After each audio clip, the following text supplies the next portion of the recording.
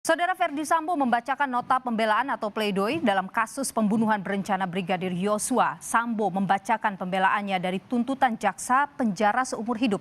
Dalam pembelaannya di hadapan majelis hakim, Sambo memberi judul nota pembelaannya "Setitik Harapan dalam Ruang Sesak Pengadilan". Awalnya, Sambo menyebut akan memberi judul nota pembelaan yang sia-sia.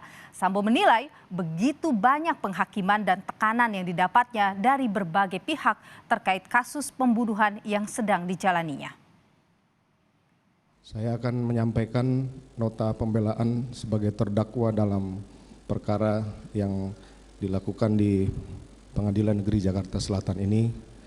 Saya membuat judul "Setitik Harapan dalam Ruang Sesak Pengadilan".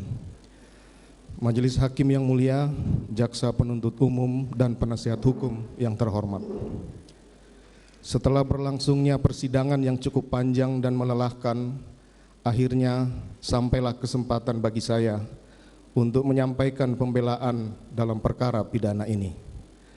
Pada awal kesempatan ini, perkenankan saya lebih dahulu menyampaikan puji dan syukur yang tidak terbatas atas kebesaran dan berkat Allah yang Maha Kuasa, Tuhan yang Maha Pengasih, atas perlindungan, perawatan, dan nafas kehidupan bagi saya, istri, dan anak-anak di masa sulit yang sedang kami hadapi saat ini.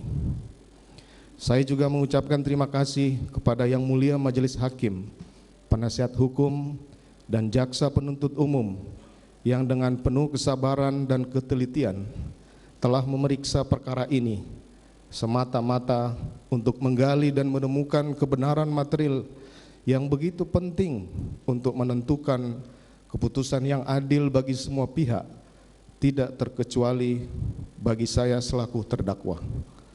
Majelis Hakim yang mulia, Jaksa Penuntut Umum, dan Penasihat Hukum yang terhormat.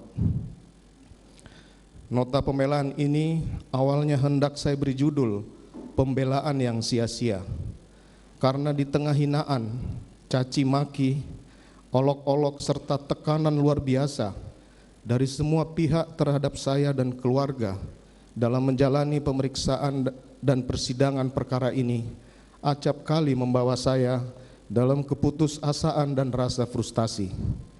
Berbagai tuduhan bahkan vonis telah dijatuhkan kepada saya sebelum adanya putusan majelis hakim.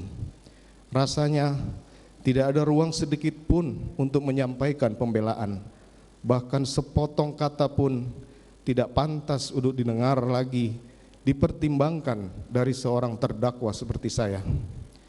Selama 28 tahun saya bekerja sebagai aparat penegak hukum dan menangani berbagai perkara kejahatan termasuk pembunuhan. Belum pernah saya menyaksikan tekanan yang begitu besar terhadap seorang terdakwa sebagaimana yang saya alami hari ini. Saya nyaris kehilangan hak sebagai seorang terdakwa untuk mendapatkan pemeriksaan yang objektif, dianggap telah bersalah sejak awal pemeriksaan dan haruslah dihukum berat tanpa perlu mempertimbangkan alasan apapun dari saya sebagai terdakwa. Media framing dan produksi hoax terhadap saya sebagai terdakwa dan keluarga secara intens